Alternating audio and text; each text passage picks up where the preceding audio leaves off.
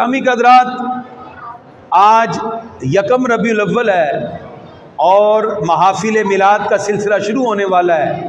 اس میں ہم نے کچھ پیغام بھی اپنے مد نظر رکھنے ہیں، کیونکہ آج سے 2 دن پہلے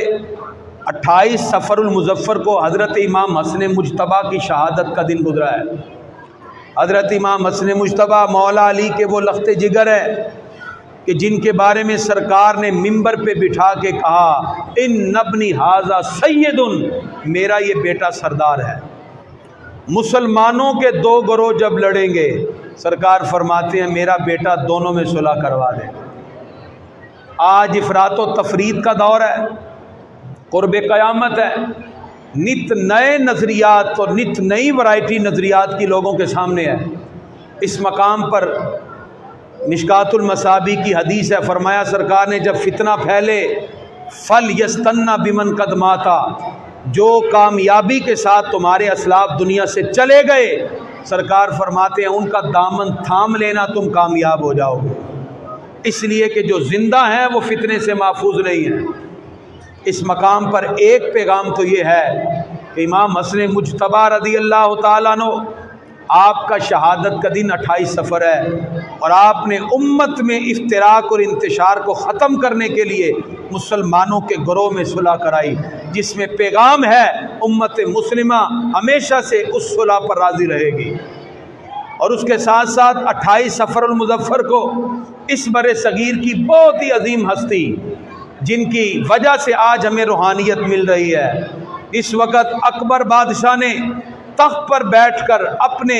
کر و فر کے ساتھ ایک نئے دین کا آغاز کیا، اور دین اکبری اور دین الہی کے نام سے اس نے سارے مذاہب کو اکٹھا کیا۔ کہا فجر کی نماز پڑھ لو، ظہر میں مندر میں چلے جاؤ اور عصر کی بجائے چرچ میں چلے جاؤ۔ اس نے ایک نیا چربہ پیش کیا، اسلام کو بگاڑنے کی کوشش کی۔ اس وقت جو علماء حق کھڑے ہوئے،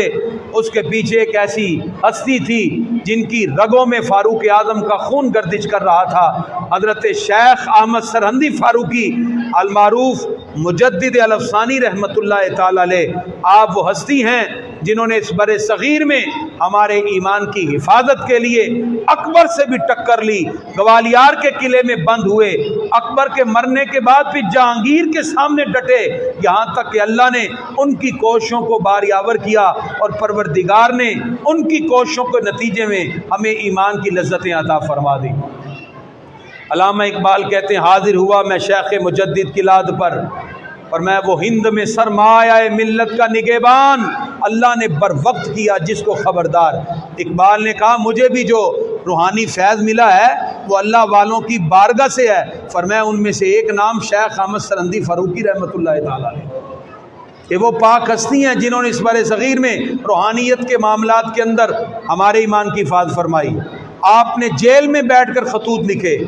آپ کے روحانیت کے خطوط کا نام مکتوبات امام ربانی ہے، جس کے دفتر اول مکتوب نمبر 163 میں آپ فرماتے ہیں کہ فتنے کے دور میں امت مسلمہ کیسے کامیاب ہو سکتی ہے۔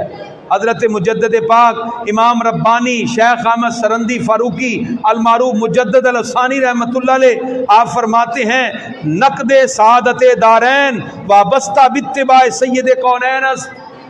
آپ نے اپنے مکتوبات میں فارسی میں کلام کیا، فارسی میں لکھا، آپ فرماتے ہیں نقد سعادت دارین وابستہ باتباع سید کونین است۔ آپ فرماتے ہیں دونوں جہانوں کی خوشبختی اس بات میں پوشیدہ ہے کہ رسول اللہ کے دامن کے ساتھ وابستہ ہو جاؤ۔ سید عالم صلی اللہ علیہ وسلم کی اتباع اور غلامی سے وابستہ ہونا، آپ فرماتے ہیں وبس علیہ وعلی آلہ من الصلوات، آپ فرماتے ہیں نبی کریم صلی اللہ علیہ وسلم کے دامن سے وابستہ ہونا